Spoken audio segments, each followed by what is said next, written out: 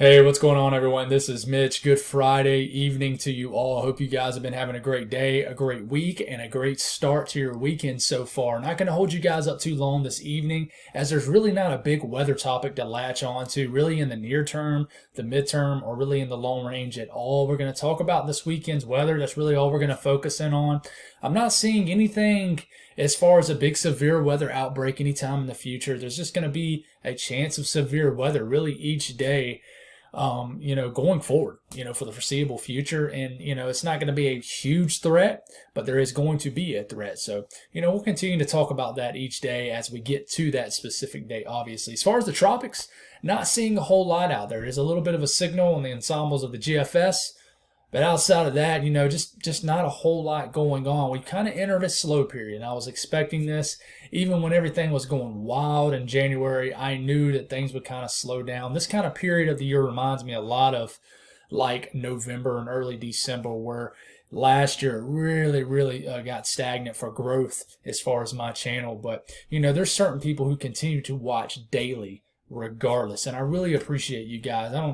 It's hard to explain what that does to my channel and how it makes out pumping 2 videos a day worth it. But I'm telling you guys, to make a long story short, it helps out a lot, especially the people who have joined my channel. And, I don't have any perks to offer you guys, but there's still 21 incredible members who have joined my channel regardless to support me monthly, to, make this what I would call now a part-time job be completely worth it. And it's a way, you guys have given me a platform to talk about what I love, which is the weather. So I'm just taking this time, even though we're going on 2 minutes on the intro, which I know irritates some people, during the slow periods to really show appreciation for y'all, because guys, it's going to pick back up again. It's only a matter of time before we're breaking down a hurricane heading towards the Gulf Coast or the Southeast or something like that. And it's going to get so busy that it's going to get hard to keep up with everything. And it got like that in January. It really did. I did the best I could. But I appreciate you guys. If you guys have not subscribed, definitely consider doing that.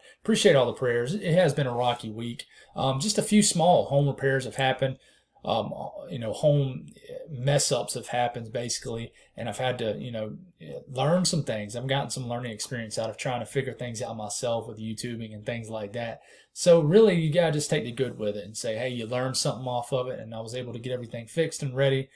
So I really appreciate the prayers, as, it just was starting to get to me towards the end of the week. But people's got it much worse, much worse. And I'm praying for you guys. So, and that being said, if you guys got anything that I can pray about, please put it in the comments below. It gives me an opportunity to pray over it and gives others an opportunity to do so too. So have not been able to answer the comments from this morning's video, but I'll plan on doing that right after this video. So if you're wondering why I haven't acknowledged them, that's why. I just have not been able to get to it today. But we'll take a look at the country. Listen, northern Michigan, a town called Gaylord, Michigan, in far northern Michigan, got hit by a tornado a few hours ago. I haven't heard any deaths or anything like that, but listen, I saw a lot of videos and pictures of extensive damage. It looks like the town got directly hit, so I'm praying for you guys. Hoping you guys are okay up there, and there's a lot of rattled folks up there for sure. So hoping you guys, hope we don't hear any deaths out of that area. So far, I haven't heard of anything. But it's interesting, outside of that, what's going on here? You got a front that's dropped down. You see the clouds streaming in right out of Canada. Cold front has dropped down. Convection firing up here. Moisture. And you have snow falling in Denver, and then the foothills outside Denver right now. So it's a crazy setup. We'll talk a little bit about that. And then out here, you have high pressure off the coast of the southeast spinning in a southerly flow. And I think that'll bring us a chance for a little bit of rain for areas, maybe the Carolinas, a little bit later tomorrow. And you guys in Florida will continue to see a lot of rain throughout the next several hours. Y'all are seeing a lot of rain right now. So let's go on and talk about some things. There is a large slight risk tomorrow, extending all the way from Austin, Texas, all the way from Central Texas, all the way to Maine and everywhere in between in this yellow stripe right here. Then you got the marginal risk. You see how it does this weird thing where it kind of extends out like a finger or something like that? That is because there is going to be a threat for severe weather throughout the Carolinas, all the way up to southern sections and central sections of Virginia, including a southern, very small section of southern West Virginia. And that is because you're going to have that southerly flow pumping out some rain, maybe a flash flooding threat. Very humid in the southeast tomorrow, ahead of a cold front that'll cool us back down Sunday. The entire eastern U.S. will be a little bit cooler Sunday into Monday. Let me take a deep breath because I'm talking about 100 miles per hour. But marginal risk, for a pretty large area, it's just going to be one of them days in the eastern U.S., especially the southeast, where you're going to have a lot of pop-up showers and storms. Tornado threat, the highest up here, kind of in the more central to northern sections of the slight risk, where basically you're a little bit closer to that shortwave low, riding the trough, meaning you have better kinematics at place. It could spin a few of these storms up tomorrow for sure. And then the wind threat there, and then the hail threat is there for sure. Nothing too crazy, 15% risk in these yellow areas in each category of wind and hail. Then for Sunday, got a severe weather threat for the interior areas of the Northeast and New England tomorrow. So, I meant Sunday. This is for Sunday. I do apologize. So, watch out for that. It's going to be interesting, that area of the country. I think of what was it, Vermont or either New Hampshire that saw the tornado earlier this week. So you guys are going to see some rocky weather Sunday. Slight risk up already at day 3. This could, trend a little higher, trend a little lower. So we'll have to see how that happens. But looking at, so let's make sure we have that. Let's exit off this and let's look at the tropical tidbits range here. Looking at what could potentially happen tomorrow. So we're starting out by tomorrow morning. Already got ongoing storms ongoing in areas of Arkansas, eastern Oklahoma. You keep this going, you're going to have rain and storms between now, overnight hours, into tomorrow morning in Florida. Just continuous convection popping off. And then as we're getting to about lunchtime to around noon, well, that's the same thing. Lunchtime to about around 1 p.m. is what I meant. Watch out, northern Arkansas. You guys could see another round of nasty weather like y'all been seeing over the last really several months, half a year just about. Been seeing some crazy weather. You guys could have a round of showers and storms that moves through areas of central and northern Arkansas. Might extend all the way down to Little Rock. So watch out for this. At the same time, you have pop-up showers and storms popping up in areas of all the way to southern Alabama, areas of central and southern Georgia. Of course, Florida can continue to see pop-up showers and storms. And in my neck of the woods in South Carolina, where I'm really, really pulling for a little bit of rain tomorrow, I'm sorry for anybody who's got lake activities or anything outside, but I even have a pool party to go to in the late morning hours to around lunchtime tomorrow. So I'm still pulling for a little rain because we need it. Our grass here in the Midlands of South Carolina, central South Carolina, is starting to get that little light coloring to it, the light green, where it starts to lose some of its color. So we definitely need some rain, hoping for a pop-up shower right over my location. But really, you could have, it could be a day where you have microburst. So watch out. You could have a big old storm pop up right on top of you and then diminish within 30, 45 minutes. So this could happen all the way up into areas of northeast Tennessee, southern areas of Virginia. So be expecting this at the same time.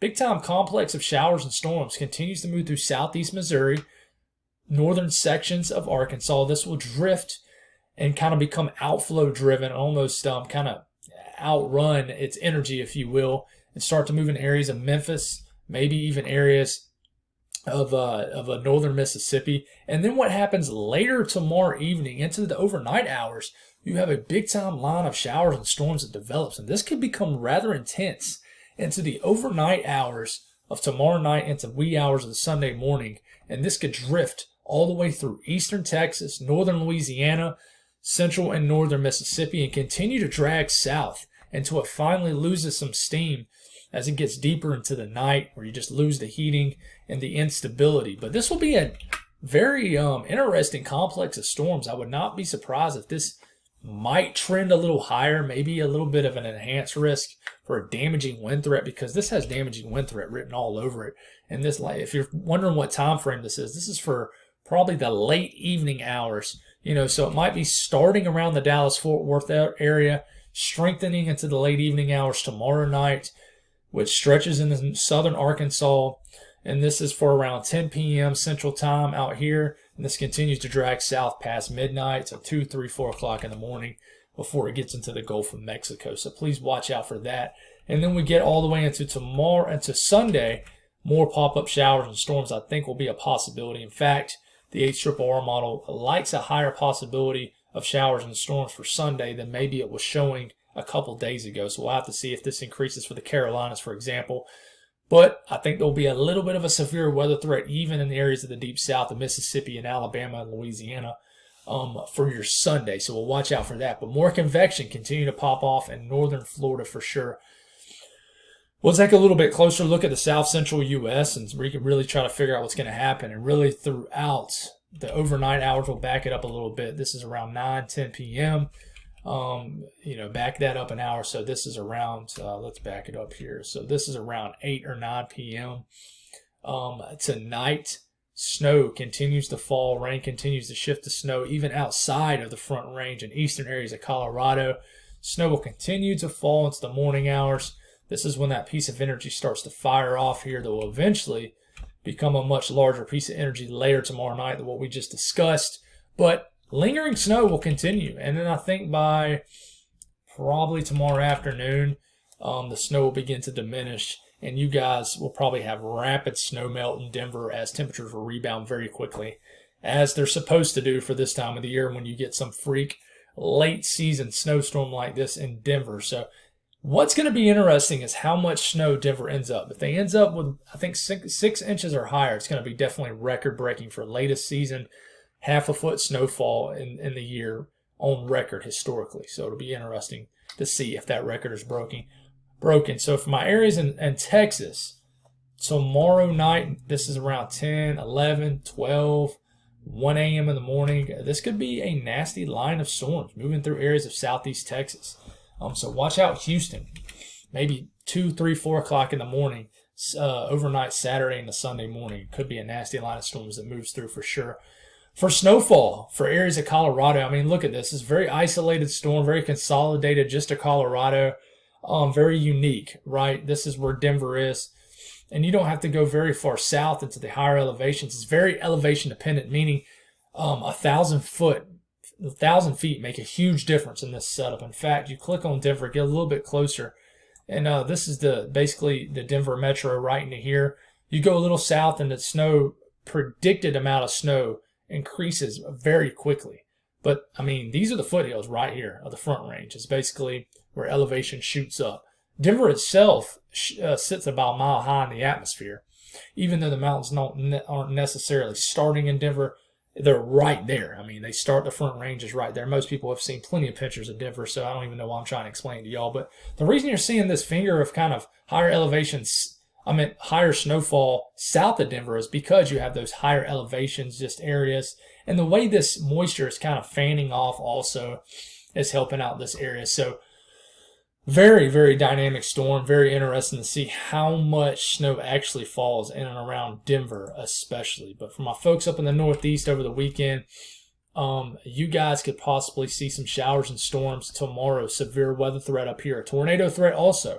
So please watch out areas like Indiana. We'll get into areas like Ohio a little bit later in the afternoon hours, tomorrow into the evening hours. And then as we get into the late evening hours, watch out maybe areas of northwest PA into areas of western New York State. But these begin to weaken very quickly as you get into the overnight hours of Saturday night into Sunday. And then we watch out again for Sunday afternoon. We'll talk more about this when we need to, probably tomorrow. But these look like some isolated storms, meaning they look discrete. Meaning we need to watch out to see if a tornado threat is enhanced in this area for Sunday, because these look like they have a lot of discrete in nature to them, meaning they look like they're isolated, which is danger zone when it comes to tornadoes, because these discrete storms can really take advantage of their environment for sure. But temperatures for basically the eastern U.S., you're going to wake up pretty warm tomorrow, especially the further east you are. Compressional heating definitely becomes a factor here, where temperatures are going to spike very quickly tomorrow afternoon ahead of storms popping up. In fact, areas of Virginia, North Carolina especially, I would not be surprised if some areas get into the mid to upper 90s by about 1 to 2 p.m. tomorrow, before big-time storm development begins to fire off here. So tomorrow is definitely one of those days where you're going to want to keep your eye on the sky, keep your eye on the radar, because I really think pop-up showers and storms are going to form. In fact, see these weird areas of cooler temperatures? That is where it's trying to show where showers and storms are going to develop tomorrow, and I really think they will develop tomorrow. And you even see pockets of the valleys in New York State getting into the 90s tomorrow. So I really think you're going to see some 90+ degree temperatures all the way into southern New England tomorrow. I think it really is possible. I think it's going to happen. In fact, I think it's forecasted to happen. And then we get into Sunday, and another warm day, but I think overall for more of a widespread area, it's probably not going to be quite as warm as the cold front starts to move in. Much cooler temperatures from basically this section of the country points northwest. So that's good news because this early season warmth is I'm definitely not a big fan of it. But you'll notice tomorrow in the southeast, I want to show you guys specifically, humidity will be much worse tomorrow as basically the moisture in the atmosphere increases, which allows for these storms to pop up. So you're going to be begging for a storm to pop up tomorrow in the southeast to cool you guys down. The dew points are going to be well into the 60s with temperatures in the 90s. So it's going to be rather uncomfortable tomorrow, probably a little bit more humid tomorrow than it was today for areas of the southeast. As far as rain through Sunday evening, rain in this part of the country is pretty much guaranteed. Anywhere from areas of northeast Texas through Arkansas, western Tennessee, the Quad States regions, the Ohio Valley. But the areas right into here, the Carolinas, Georgia, Virginia, it's going to be hit or miss. Some people might get all the way to Monday morning without a drop of rain, but maybe 10 miles from your house, you could get an inch of rain. It's just one of those setups here. But I think all of Florida is going to get hit pretty good. I think certain areas could see several inches of rain in Florida. It could be a flooding threat. In fact, I think there's an ongoing flooding threat right now in areas of southern Florida. But that's all I got, guys. I'm losing my voice. Somehow I've almost managed to make this almost 20 minutes long after telling you guys it wouldn't be that long. But that's all I got, guys. Thank y'all for tuning in. Thank y'all for continuing to view my content, even though there's not a whole lot to talk about. I appreciate you guys. Have a great start to your weekend. God bless all y'all, and have you an update in the morning.